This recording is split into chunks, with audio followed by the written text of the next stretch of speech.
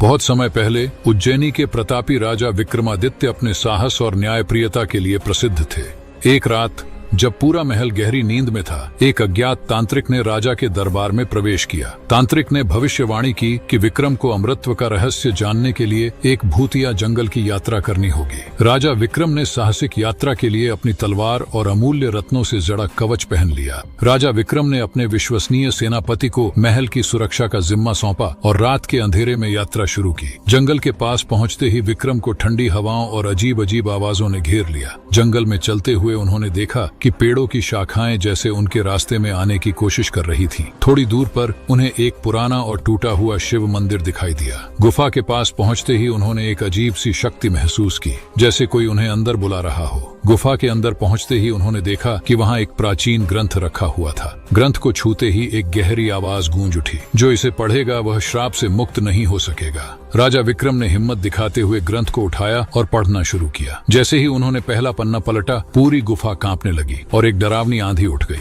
गुफा के बीचों बीच एक काले धुएं से घिरा हुआ आकृति प्रकट हुआ। मैं काल भैरव हूँ, वह आकृति बोली। तुमने इस ग्रंथ को छूकर मेरे श्राप को जागृत कर दिया है। विक्रम ने पूछा, यह श्राप क्या है और मुझे इससे मुक्त होने के लिए क्या करना होगा? काल भैरव ने कहा, तुम्हें इस जंगल में छिपे 7 रहस्यमयी रत्नों को खोजकर मुझे लाना होगा, लेकिन याद रखना, काल भैरव ने चेतावनी दी, हर रत्न के पीछे एक भयानक रहस्य छिपा है। विक्रम ने स्वीकृति में सिर हिलाया और रत्नों की खोज में जंगल की गहराई में प्रवेश किया। जंगल में चलते हुए विक्रम को एक पुराना और विशाल बरगद का पेड़ दिखाई दिया, जिसकी जड़ें हवा में लटक रही थीं। बरगद के पेड़ के पास पहुंचते ही विक्रम को पेड़ के चारों ओर एक रहस्यमयी ऊर्जा महसूस हुई। अचानक पेड़ के जड़ों से एक विशाल नाग प्रकट हुआ, जिसकी आंखें अंगारे जैसी लाल थीं। नाग ने कहा, मैं इस पेड़ का रक्षक हूँ। यदि तुम पहला रत्न चाहते हो तो मुझे पराजित करना होगा। विक्रम ने अपनी तलवार से नाग पर वार किया, लेकिन उसका हर वार नाग की फुर्ती के आगे विफल हो रहा था। अचानक विक्रम ने ध्यान दिया कि नाग के सिर के पीछे एक छोटी सी नीली मणि चमक रही थी। विक्रम ने चालाकी से अपनी तलवार को नाग के सिर के पीछे फेंका और मणि को अलग कर दिया। नाग धीरे धीरे गायब हो गया और उसके साथ ही पेड़ के जड़ों से पहला रत्न निकलकर विक्रम के सामने आ गया। रत्न को हाथ में लेते ही विक्रम ने महसूस किया कि उसकी शक्ति ने उसके भीतर एक नई ऊर्जा भर दी है। अब विक्रम को दूसरा रत्न खोजने के लिए गहरे जंगल की ओर बढ़ना था। जंगल में आगे बढ़ते हुए विक्रम को एक विशाल झरने की आवाज सुनाई दी, जो तेजी से बह रहा था। झरने के पास पहुंचकर उन्होंने देखा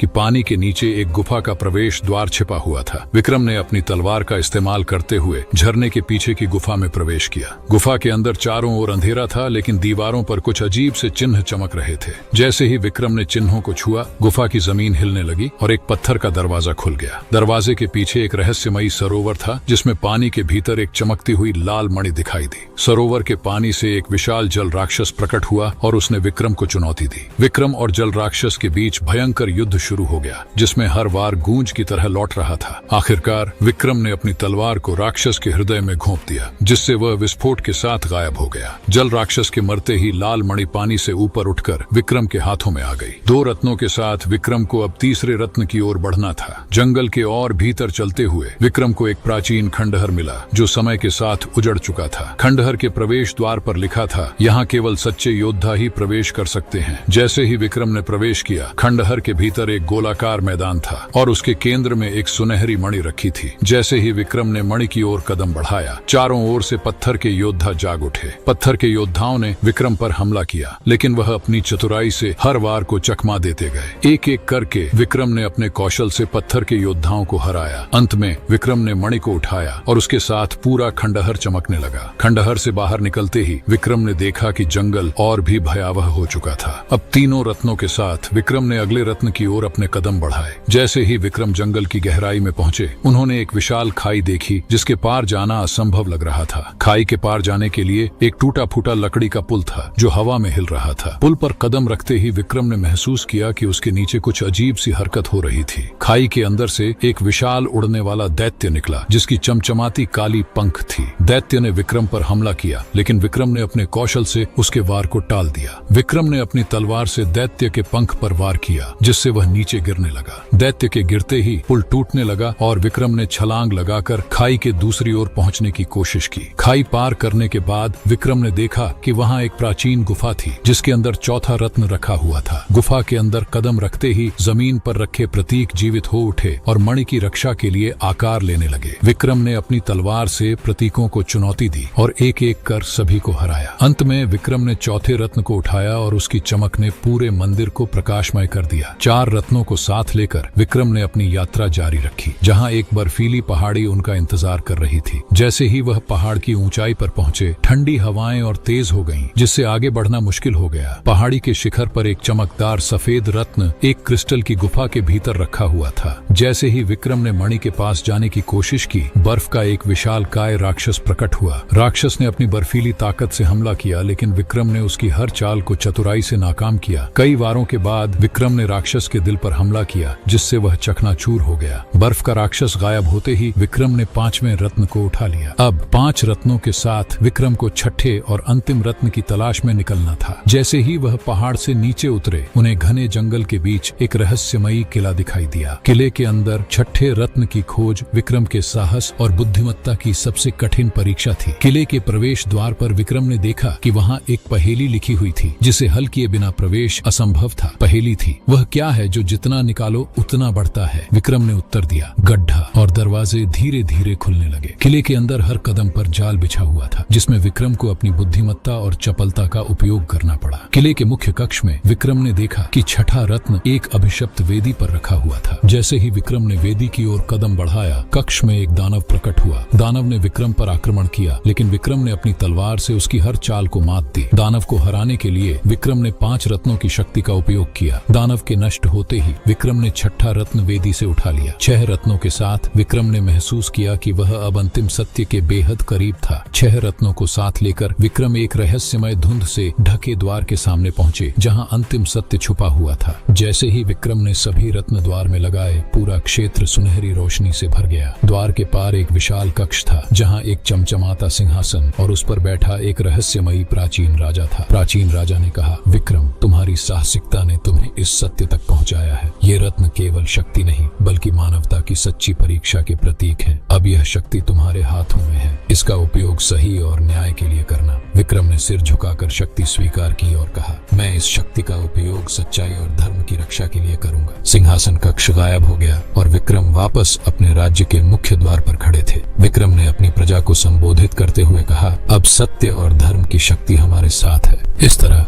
राजा विक्रम ने न केवल अपनी यात्रा पूरी की, बल्कि पूरे राज्य में सत्य और धर्म की स्थापना की। वीडियो पसंद आया हो तो लाइक और सब्सक्राइब कर देना। मिलते हैं नेक्स्ट वीडियो में।